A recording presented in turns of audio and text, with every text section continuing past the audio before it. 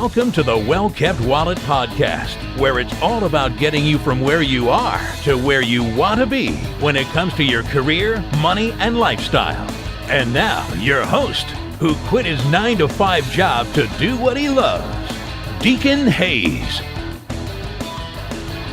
Hello, everyone. Today with us, we have Tom Meyer, who is the CEO of Meyer Capital Group, an RIA that manages over $750 million in assets in Marlton, New Jersey. Tom, how are you doing today? Fantastic, Deacon. How are you? I'm doing great. I'm glad to have you on the show. I want to give a shout out to Michael Howley, who's a listener of the show, who actually got Tom on the show and said, hey, you got to interview this guy. So I'm glad to have you today. Thank you very much. So tell us a little bit about your background. How did you get into the... Oh, yes. Very interesting. My grandfather was actually a fee-only RIA back in 1903, and he was like a pioneer because back then, of course, everybody was selling product, loaded funds, and tax shelters and so forth and so on. But he saw the light back then, and I came in, and he told me everything about the fee-only business. Now, when I came in 1982, he was 82, and he said, look, you do what's right by the client 100% of the time. And believe me, there was only about $1.8 million there. And it will grow. Trust me, it will grow. Well, hey, you know what? When your friends are out there selling all this product and making, double-digit commission rates, and I'm sitting there, making 1% on $2 million, it was kind of tough. But, he was absolutely correct. Fast forward 35 years later, it's amazing how things have changed in the industry. And he would be so happy to see what is finally happening in this industry of ours that is really starting to benefit the individual investor. It took a long time, but we're finally on the right track as far as I'm concerned.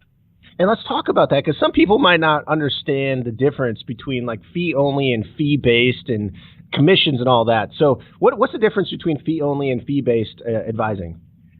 Well, I'll tell you, let me take a step back. The lines really got blurred, I think, in the late 80s, maybe the early 90s. I can't remember exactly, but the word advisor, financial advisor, investment advisor was always with, for the most part, an RIA or a fiduciary, if you will. A stockbroker was a stockbroker, an insurance agent was an insurance agent, and an advisor was an advisor. And all of a sudden, everything got blurred because now everybody's an advisor. Financial advisor could be what used to be called a stockbroker, and financial advisor is now used to be called an insurance agent. So what happens is when you're a fee-only advisor, you're a fiduciary, you're held to a higher standard, meaning that the conflicts of interest are nil, if any. And if there are any conflicts of interest, they must be brought out at the point of sale. And it's a fee only, meaning that you only get paid by the client. So therefore, you're always sitting on the same side of the client on the table. However, if you are a stockbroker / advisor, well, for the most part, you're selling a product. You're not a fiduciary. You're not held to the fiduciary standard. Therefore, you are basically under the suitability requirements, which means that they have to make sure that they're going to invest in a product for you, the client, as long as it makes sense as per your investment objectives and risk tolerance. And you have insurance agents that now are financial advisors that can sell annuities, get paid a nice handsome amount, and basically not talk about exactly what's coming out of the client's pocket. I call that basically the don't ask, don't tell rule of Wall Street. That if you don't ask what kind of money is coming out of your pocket as an investor, then they are not required to tell you. So if anything, please ask as an investor, what is it costing me? Because there ultimately is no free lunch in Wall Street at all. Everyone, and believe me, I don't begrudge anyone getting paid. I don't care if you're getting a 5% commission, a 6% commission, but what has to be done is bring transparency to the table and at least let the client know what's coming out of their pocket to pay for your service or the product you're pitching. Yeah, I love that. So we had talked briefly before the show that I was a financial advisor for a RIA, and before I actually signed up with them, I was on this quest of figuring out, should I work for a fee-based versus a fee-only? Because, like you had mentioned, it really was attractive from a financial standpoint to say, I should go work for some, fee-based, commission-oriented type of organization because it seems like you make a lot more money. But then when I looked into it, it looked like the fee-only was the one that served the client the best. And like you said, over time, it pays off, maybe not up front, but your success grows with your client's success. And that's what I love about what you're talking about, is that your success is tied to your client's success. So go ahead. No. I think there was another kind of blurred line, if you will, and you bring up the fee-based versus fee-only, right? I mean, talk about, wow, your head spinning. So you have advisors that are what we call duly registered. And being duly registered is one day you could be a fiduciary, you got the fiduciary hat on, and the next day you could be you got the suitability hat on, meaning you're selling product. So now it's the best of both worlds for that particular firm. Again, I'm being very biased when I say that, because they can also get paid a commission to sell a product while also being a fiduciary on the other side. And to me, the dual registration is, and let me say that I understand what's happening is that when brokers, we have what we call breakaway brokers, and I'm going to use the word broker. Okay, they might come from what we call one of the dinosaur firms, the big brokerage houses, and they want to do ultimately what's right by the client now. Okay, and they want to become a fee-only advisor. However, they also need that capital or that income stream to help them along the way in the beginnings of that process. So a lot of times they'll be duly registered and eventually become 100% fee only. However, you have other firms out there that will always be duly registered. And I think that's a big problem because, you always want to do what's right by the client every day of the week, not just one day of the week. Oh, absolutely. And tell us a little bit about robo-advising. I know that that's a trend that's kind of popped up over the past, I'd say 5-10 years. Oh, yeah, it's big time now. You've got your independent firms out there like a Wealthfront or a Betterment that are coming out there with a very low-cost platform for individual investors. And now you've got the Schwabs of the world, and eventually you're either going to have the major brokerages of the world and the Vanguards, of course, of the world that are bringing very low-cost, well, they call it advice, and that's still blurred too, whether or not it's purely advice and whether or not they truly are acting as a fiduciary. But again, they're bringing a very low cost platform to the individual investor that, doesn't have to be worried about being sold a product. Now, there are different fee structures, of course. Some have a fee out front, like a Vanguard might have 30 basis points or a Wealthfront or Betterment. Schwab has no cost, but of course then there are internal costs for each fee. Remember, folks, there is no free lunch. Somebody is getting paid for something. It's not like you walked in on free bond day or free annuity day, or free ETF day for that matter. There are fees involved everywhere. And don't get lulled into this scenario thinking that you're going to go ahead and not pay anything of your hard-earned money to get involved in a platform. The bottom line here, though, is that compared to 10 years ago, the costs, internal costs that are available to individual investors have just come down so quickly. It's just, mind-numbing, actually, whereas maybe the average fee would be 1%, internally today. I mean, it's 5 basis points in some cases. Truly amazing. Oh, it is amazing. And so would you say that that's a good alternative for people that don't have a lot of assets, like people that are just getting started, to have a platform like that? Or should they, in your eyes, meet with a financial advisor, even if they have less than $250K? Well, the problem is fee-only advisors, the fiduciaries of the world, they do have those larger minimums, and then the unfortunate thing is that then you have to go, let's just say you have less than $50,000, then you have to go to some type of if you want a live person, so to speak, you have to go to a product person, right? Or a product firm that will at least make commission off of a lower asset-based client. So I think this really does present, at least an option that wasn't around 5 years ago for a investor that wants to finally invest some money in a very low cost way that will at least have some type of structure, meaning that it will be rebalanced, things that maybe they might not be in tune with. So yeah, I think it does present a great opportunity for the investor that wants to get going, wants to save money, and also at least, in some cases, look, you can even talk to an advisor, like with Vanguard. Schwab, you can, talk to Robbie the robot if you want, but at least overall, I think it's a boon to investors that are just starting, their investment life, if you will. Absolutely. That didn't exist 5 years ago. Yeah, it's amazing. So for people that are listening that don't know a lot about investing, I know a couple of the main things that people invest in are ETFs and mutual funds. Can you kind of explain the difference and maybe the advantages, disadvantages? Well, sure. So we call it passive versus active. There's ratios out there that say, hey, the average active mutual fund, if you will, 85% of the active managers haven't beaten their indexes in the last, 5, 8, or 10 years.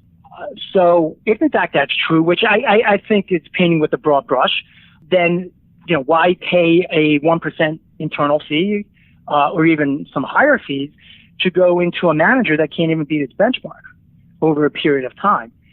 So I believe that there are some very good active managers. And think about this, if that 85% ratio is correct, well, that means that 15% of equity managers do beat on a consistent basis their benchmark. And if there's 7,000 equity funds out there, then you know what? That's a lot of active funds out there that do beat their benchmarks. Now, from a pure cost standpoint of view, it's really tough to look at a Vanguard or a Schwab. BlackRock. These ETFs that are passive, you give money and, to this particular index, and you're going to go up with the index, but you're also going to go down with the index, and your out-of-pocket costs or internal cost is minute in some cases. So what we believe is there's room for both. We believe in some active and some passive. You look at passive as your core, and maybe some active as your satellite, if you will. So there's room for both. But the bottom line is you've got to look at those internal fees, because if we are now going forward and we're going to have lower rates of returns in the markets, the old days, the heady days of double-digit returns, nobody cared what they paid, right? They're getting double-digit returns. But if we have a lower return environment, then your internal fees are incredibly important. And what we like to do is average those. We want to ultimately add alpha to our clients' portfolios. Now, if you just want a pure index portfolio and your internal fees will probably average anywhere from 10 to 15 basis points internally, and in a low environment basis, that's very good, because high fees are ultimately going to basically erode your rate of return over a 5 and 10 year period. And let me say this, when you look at mutual funds, unlike ETFs, mutual funds have different classes of funds. You have your A shares, B shares are kind of going out the window, and then your C shares. I just reviewed a portfolio that was with a broker that had all C shares, and I have to tell you, they're talking as high as 10%, 2% internal fees on some of these C shares that the individual investor has no clue that they're even paying. Wow. Now, that 2% is one heck of a hurdle to overcome in a very low environment, rate of return environment for the overall stock market. But again, what you don't see, you can't touch, and therefore they don't even know it. So it's very important to ask the right questions, that when you're going to go into a C share, someone's getting paid. Somebody's getting paid a lot. If you go into an A share, it's off the top. Now, again, I don't begrudge people getting paid. You want to sell an A share, a 5% loaded fund off the top for $20,000. I'm going to give you an example. You go in and put $20,000 into an A share, your commission is going to be roughly $1,000. And the sad part about this is that you get a confirm that says you put $20,000 and bought ABC A share at X price. You don't get a trade confirm with a $1,000 commission on it. Right. That's the sad part. There's zero transparency. People don't even have a clue. Unlike when you buy a stock, if you go buy an ETF and let's say it's through Schwab or Fidelity or whatever, you're gonna buy the Spider, $20,000 worth of Spider, and you bought it for $100 and you paid an $8 commission. That's all transparent on there. Not when you buy a loaded fund. Nowhere does it say that you just paid $1,000 commission. And why would it?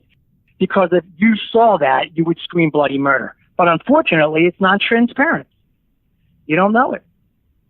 Yeah, and that's definitely good. So if you're listening to this, when you're meeting with an advisor, if you're looking at funds, look at fees, look at the load fees, front-loaded fees, and see if you're paying them. And like you said, understand the difference between ETFs and mutual funds. ETFs are more passive, where mutual funds are more active, and because of that, you're going to pay a higher fee. So be sure to look at that when you're investing.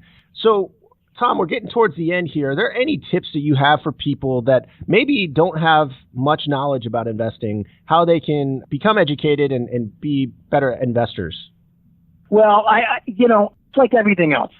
If you go to buy a car, you ask questions, right? If you go to a restaurant, you look at the menu with the price, okay? If you go to see an advisor, ask questions. There's no stupid question. This is your hard-earned money. And don't think that you're getting something for free. Ask the right questions. I can't be more emphatic about that. I just cannot believe that people, I think it's intimidation. I think they get intimidated and they think they're going to ask a bad question. Again, there's no bad question to ask. If you can read the internet, there's something called the Google machine out there. Google, use it to your best interest. So that, find out what an advisor is, what a fee-only advisor is, what a fee-based advisor is, what a broker is. These are things that will all come into play when you start your investing, career, if you will, when you want to go ahead and finally put money away for your financial future. It is all about you. It's your financial future. It's your hard-earned money. Ask the right questions. Absolutely. And if people want to find out more about you and your organization, where's the best place for them to find you on the web? www.meyercg.com. Okay, awesome. Well, we'll make sure to link to that in the show notes. And Tom, thank you so much for being on the show. Oh, it's a pleasure. Thank you very much. We hope that you've enjoyed this edition of the Well-Kept Wallet Podcast with Deacon Hayes, where it's all about getting you from where you are to where you want to be when it comes to your career, money, and lifestyle. Be sure to tune in next time.